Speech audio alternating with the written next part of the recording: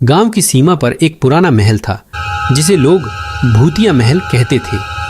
यह महल वर्षों से वीरान पड़ा था और इसके बारे में कई डरावनी कहानियां वो मशहूर थीं। कहा जाता था कि महल की रानी वासंती अपनी शादी की रात अचानक गायब हो गई थी और तब से उसकी आत्मा उस महल में भटकती रहती है। एक दिन 4 दोस्त राहुल, स्नेहा, विक्रम और मीरा ने महल की सच्चाई जानने का निश्चय किया। वे लोग उस शाम महल की ओर निकल पड़े। जैसे ही वे महल के पास पहुंचे, सूरज ढलने लगा और अंधेरा गहराने लगा। महल की टूटी फूटी दीवारें और खंडहर जैसी स्थिति देखकर उनके रोंगटे खड़े हो गए। महल के अंदर कदम रखते ही ठंडी हवा का एक तेज झोंका आया और दरवाजे अपने आप बंद हो गए। अंदर का माहौल बहुत डरावना था। पुराने फर्नीचर, धूल और मकड़ी के जाले से भरे कमरे, सब कुछ रहस्यमयी लग रहा था।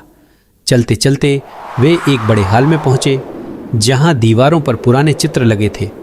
एक चित्र में रानी वासंती का चित्र था जिसमें वह सुंदरता से मुस्कुरा रही थी। जैसे ही वे चित्र को देखने लगे, अचानक एक धीमी उदास संगीत की धुन सुनाई देने लगी। सभी ने एक दूसरे की ओर देखा और फिर आवाज की दिशा में बढ़े। एक बड़े कमरे में पहुंचकर उन्होंने देखा कि एक सफेद साड़ी पहने महिला जो हवा में तैर रही थी, खिड़की के पास खड़ी थी। उसकी आंखें खाली और उदास थीं, जैसे किसी का इंतजार कर रही हो। आप कौन हैं? मीरा ने डरते हुए पूछा। महिला ने धीरे से मुड़कर देखा और कहा, मैं रानी वासंती हूँ। मेरी शादी की रात मुझे धोखा देकर मेरे पति ने मुझे मार डाला और तब से मैं यहाँ भटक रही हूँ। दोस्तों ने उसकी दर्द भरी कहानी सुनी और वादा किया कि वे उसकी कहानी सबको बताएंगे ताकि उसकी आत्मा को शांति मिल सके।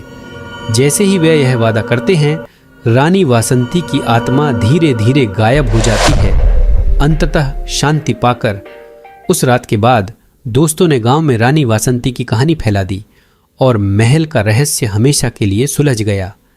गांव वाले अब महल को एक नई दृष्टि से देखते हैं और रानी वासंती की आत्मा को शांति मिलने की कामना करते हैं।